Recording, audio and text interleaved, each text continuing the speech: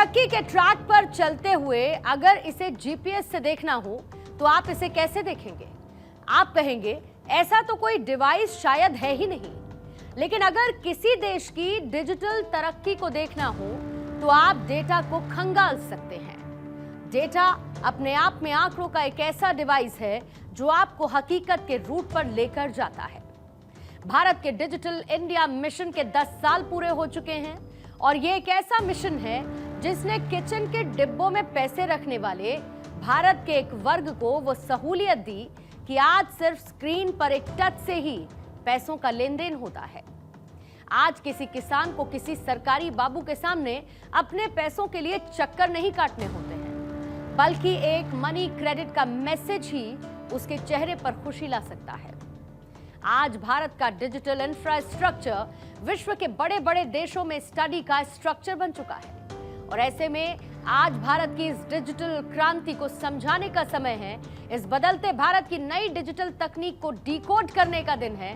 तो चलिए हमारे इस खास शो ब्रॉडकास्ट में इंडिया स्टोरी की टिकट पर आपको डिजिटल इंडिया के इस चेक पोस्ट के टूर पर लेकर चलते हैं।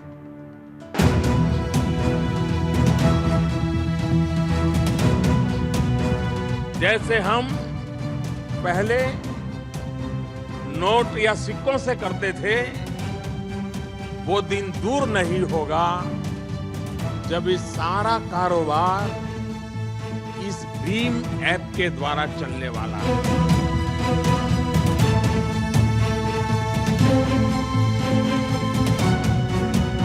यूपीआई के माध्यम से आज विश्व का 50% डिजिटल ट्रांजैक्शन भारत में होता है।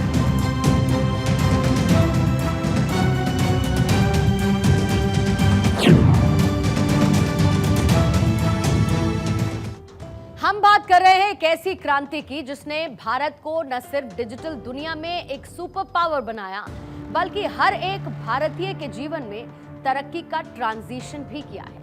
आपने ये पढ़ा होगा कि दुनिया में सबसे पहले औद्योगिक क्रांति आई, इकोनॉमिक रीशफल हुआ, लेकिन यहां पर हमने अपना हाथ खड़ा नहीं किया, मतलब हम एब्सेंट थे। इसके बाद फिर दूसरी क्रांति आई, सोशल मीडिया क्रांति। अमेरिका ने बड़ी बड़ी सोशल मीडिया कंपनीज बना दी, लेकिन यहां पर भी हम एब्सेंट रहे। यहां पर एक बात बिल्कुल क्लियर कट नॉइज कैंसलेशन के साथ आप ये समझ लीजिए कि जब हम कहीं नहीं होते हैं, इसका मतलब है कि हम सिर्फ बाजार का ट्रैफिक बनकर रह जाते हैं। और शायद यही वजह रही कि सबसे ज्यादा पॉपुलेशन होने के बावजूद, एक बड़ा देश होने के बावजूद हम काफी पीछे रह गए और इसी तस्वीर को पश्चिमी देशों ने पूरी दुनिया में प्रसारित किया। लेकिन आज वक्त बदल चुका है। गंगा, यमुना, मिसिसिपी, थेम्स, यहां पर बहुत पानी बह चुका है। घड़ी की सुइयां घूम चुकी हैं। दुनिया में डिजिटल क्रांति का समय है और इस क्रांति के मेन कैरेक्टर हम ही हैं। दुनिया में जब भी कोई क्रांति होती है तो उसमें सबसे बड़े भागीदार वो लोग होते हैं जो इससे जुड़ते हैं, इसमें अपनी भागीदारी निभाते हैं। और ऐसी ही एक क्रांति का हमारे देश में 10 साल पहले आगाज हुआ है और ये है डिजिटल क्रांति।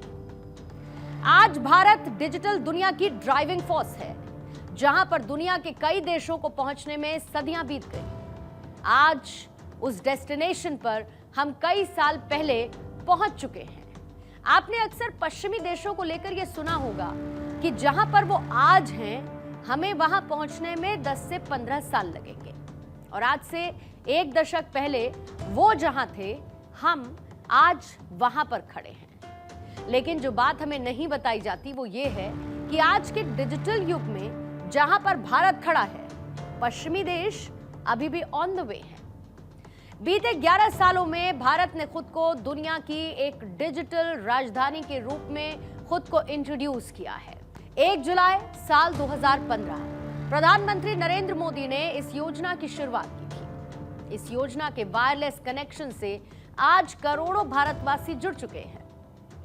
ये तकनीक का एक ऐसा जंक्शन है जहां से हर भारतवासी होकर गुजरता है और डिजिटल युग की इस राजधानी एक्सप्रेस में सवार हर भारतवासी अपने एक टच से पूरी दुनिया के टच में बना हुआ है। कभी हमारे देश में आकर यहां की गरीबी को कैप्चर करने वाले पश्चिमी देश आज हमारे विकास की रफ्तार वाले स्टेटस को लाइक कर रहे हैं। भारत में हुए इस डिजिटल रिवॉल्यूशन से हमने गवर्नेंस, इकोनॉमी और सोसाइटी का एक ऐसा कोलाज बनाया जिसमें पारदर्शिता और जवाबदेही के फिल्टर लगे हुए हैं।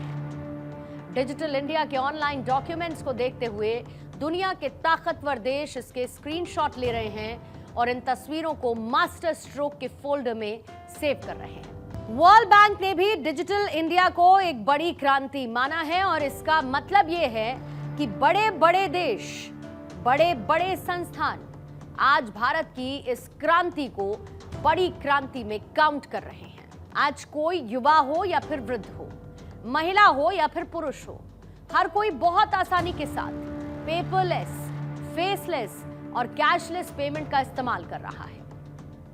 राष्ट्रपिता महात्मा गांधी का एक बहुत ही फेमस कोट है, first they will ignore you, then they will laugh at you, then they will fight you, then you will win.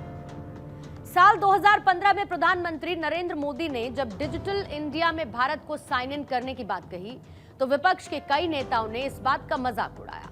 उन्होंने भारत के डिजिटल इंडिया यूजर नेम को ही एक तरीके से खारिज कर दिया। लेकिन आज विपक्ष के यही नेता डिजिटल इंडिया की डेक पर सवार होकर अपनी भूल को स्वीकार नहीं कर रहे हैं, बल्कि विरोधी होने का डिस्काउंट मांग रहे हैं। Go to your village fair, buy potatoes and tomatoes and pay 7 rupees 50 paisa by a credit card. What will the poor lady do? Does she have a POS machine there? Is it connected to a electricity source? Is there Wi-Fi there? Is the internet working there?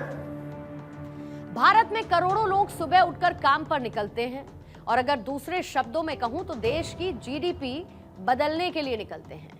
लेकिन इनमें से न जाने कितने करोड़ लोग इतने सालों तक अपनी शर्ट की बाईं जेब को ही अपना बैंक खाता मानते रहे और इसमें रखे हुए नोट ही उनका बैंक बैलेंस हुआ करते थे।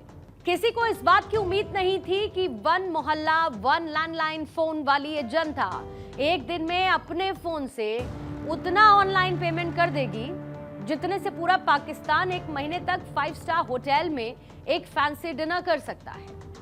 प्रधानमंत्री मोदी ने 140 करोड़ भारतवासियों पर विश्वास जताते हुए अपने विजन के एग्जीक्यूशन का ब्लू टिक दिया और एनालिटिक्स हम सबके सामने है। इंफ्रास्ट्रक्चर डेवलपमेंट और ग्लोबल पार्टनरशिप्स ने हमें इस दिशा में एक्स्ट्रा माइलेज प्रोवाइड किया है। आज प्रधानमंत्री मोदी के डिजिटल इंडिया मिशन के 11 सालों की कामयाबी को आप जिस तरीके से देख रहे हैं, उसका नेक्स्ट वर्जन आने वाले सालों में और भी ज्यादा लोगों की जिंदगी को आसान बना देगा। प्रधानमंत्री मोदी ने आम लोगों को कैसे एक खास विजन का भागीदार बनाया, आप इस कहानी से समझ सकते हैं, जहां पर तकनीक अब सिर्फ अमीरों या शहरों तक सीमित नहीं है, बल्कि गांव, छोटे कस्बों और हर तबके के लोगों तक ये पहुंच चुकी है। पिछले 10 वर्षों में डिजिटल रिवॉल्यूशन आया है, फाइनेंशियल इंक्लूजन एक मिसाल बना है। यूनिफाइड पेमेंट्स इंटरफेस यानी यूपीआई के माध्यम से आज विश्व का 50% डिजिटल ट्रांजैक्शन भारत में होता है।